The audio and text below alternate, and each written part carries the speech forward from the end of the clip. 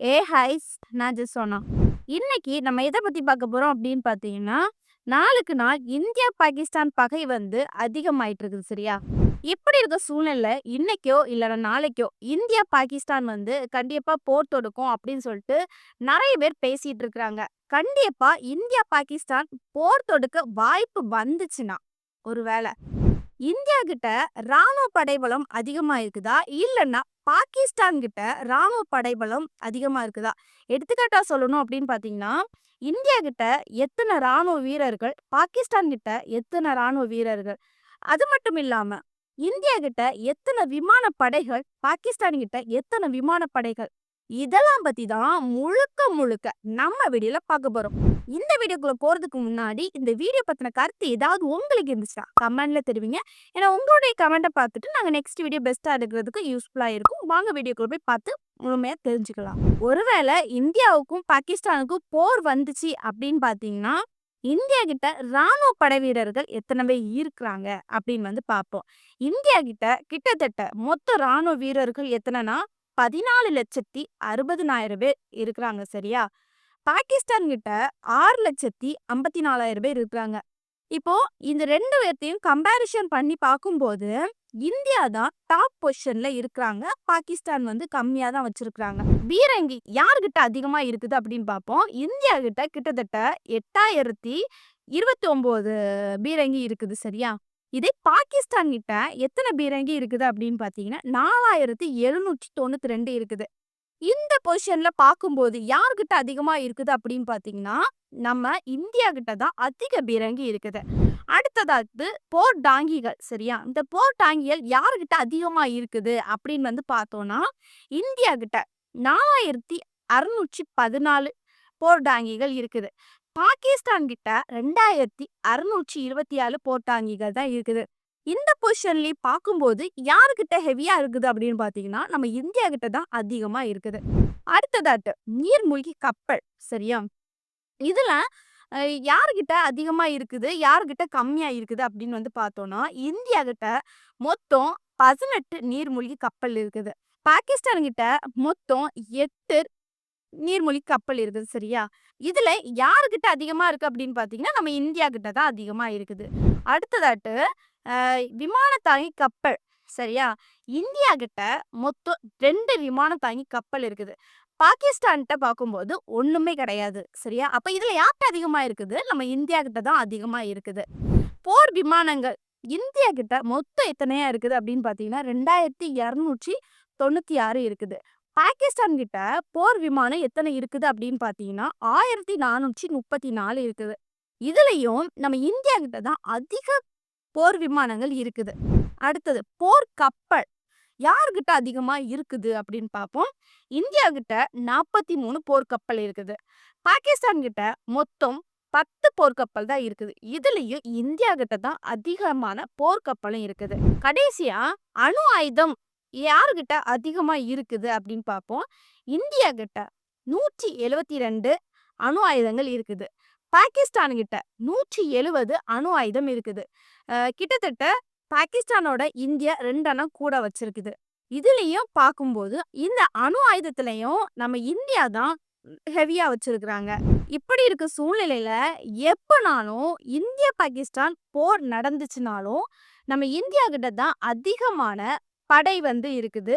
ஆயுத படைகளும் அதிகமா இருக்குது நம்ம இந்தியாட்ட தான். பாகிஸ்தான் கிட்ட கம்மியா தான் இருக்குது. இதுல 2த்துலயுமே கம்பேரிசன் பண்ணி பார்க்கும்போது நம்ம இந்தியா தான் வெரி ஸ்ட்ராங்ஃபுல்லா இருக்கிறாங்க.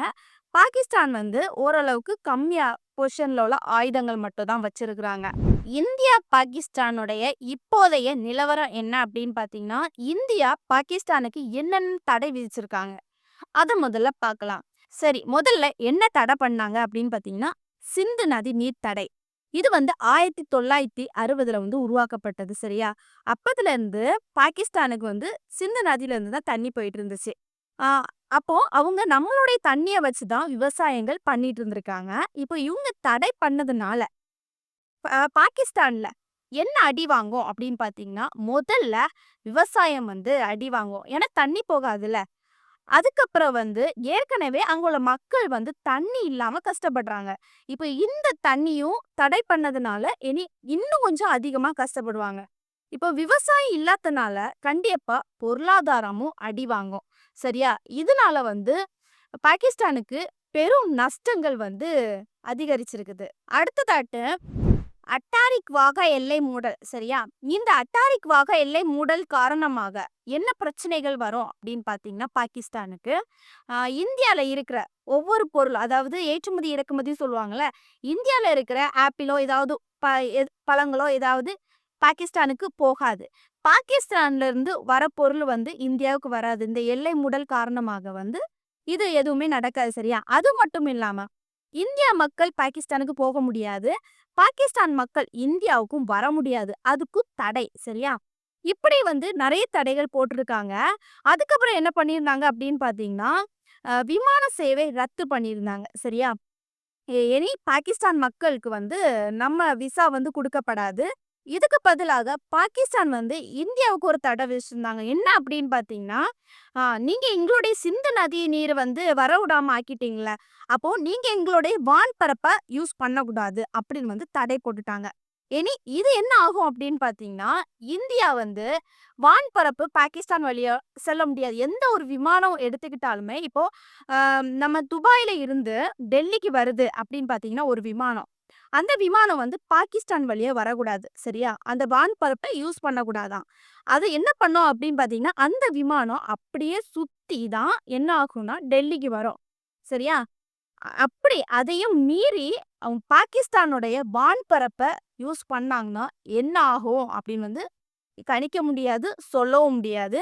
ஏன் அப்படின்னு பார்த்தீங்கன்னா, அவங்க ஸ்ட்ரிக்ட்டா சொல்லிட்டாங்க. அதுவும் சிந்து நதி நீரை வந்து தடை பண்ணதுனால, இது வந்து எங்களுடைய வான்பரப்ப வந்து நீங்க பயன்படுத்தவே கூடாதுன்னு சொல்லியிருக்கிறாங்க. இன்னைக்கு கூட நம்ம பிரதமர் நரேந்திர மோடி முப்படை தலைவர் கூட மீட்டிங் வந்து பண்ணியிருந்தாங்க. அது யாரெல்லாம் அப்படின்னு பார்த்தீங்கன்னா, விமானப்படை, தரைப்படை, கப்பல் படை இவங்க எல்லா தலைவர்களையும் தலைவர் கூட மீட்டிங் பண்ணியிருந்தாங்க. கூட வந்து ராஜ்நாத் சிங் அவங்களும் வந்து சேர்ந்துக்கிட்டாங்க.